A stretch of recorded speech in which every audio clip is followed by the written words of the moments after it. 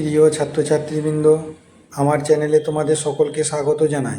আজকের যে প্রশ্নটি আলোচনা করছি সেটি হলো বাঁকুড়া বিশ্ববিদ্যালয়ের শিক্ষা বিজ্ঞানে সেকেন্ড সেমিস্টারে মেজর ও মাইনরের প্রশ্ন। প্রশ্নটি হলো শিক্ষা দার্শনিক ভিত্তি আলোচনা করো, সেই সঙ্গে উত্তর দেওয়া হলো। উত্তর দেখো, শিক্ষার দার্শনিক ভিত্তি পয়েন্ট: শিক্ষা প্রক্রিয়া কোন পথে চলবে সেটি নির্ণয় করবে দর্শন বা ফিলোসফি। তাই শিক্ষার প্রথম ভিত্তিটি হলো দর্শন। শিক্ষা ও দর্শন ব্যক্তি জীবনের মাধ্যমে পরস্পরের মধ্যে সম্পর্কযুক্ত হয়েছে। এই কারণেই জীবন দর্শনগুলি শিক্ষাক্ষেত্রে প্রযুক্ত হয়ে শিক্ষা দর্শনে রূপান্তরিত হয়েছে। জীবন দর্শন তথা শিক্ষা দর্শন জীবনের তথা শিক্ষার লক্ষ্য স্থির করে দেয়, আর শিক্ষা পরিকল্পনা ভিত্তি হিসেবে জীবন দর্শন কাজ করে।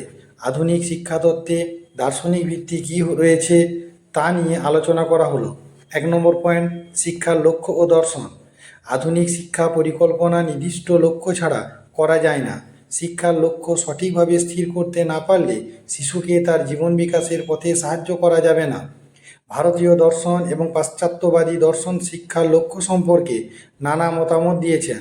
সমসাময়িক শিক্ষাবিদগণ শিশুর জীবন বিকাশে সহায়তা করার জন্য দার্শনিকদের দ্বারা নির্ধারিত জীবনের চরম মূল্যবোধগুলিকে শিক্ষার লক্ষ্য হিসেবে নির্বাচন করেন। সুতরাং বলা যায়, দর্শনশাস্ত্র আধুনিক শিক্ষার লক্ষ্য নির্ধারণে প্রভাবিত করেন। 2 নম্বর পয়েন্ট: পাঠ্যক্রম ও দর্শন। শিক্ষার লক্ষ্যগুলি যেহেতু দার্শনিক ভিত্তি দ্বারা প্রভাবিত হয়, সেহেতু পাঠ্যক্রম গঠনে দর্শনের ভূমিকা রয়েছে। বৌদ্ধ দর্শনে পাঠ্যক্রমকে বহুমুখী করার প্রস্তাব করা হয়েছে। ভাববাদীরা মনে করেন জীবনের সর্বোচ্চ আদর্শ হল সর্বোত্তম ভালো বা ঈশ্বর বলে উপলব্ধি।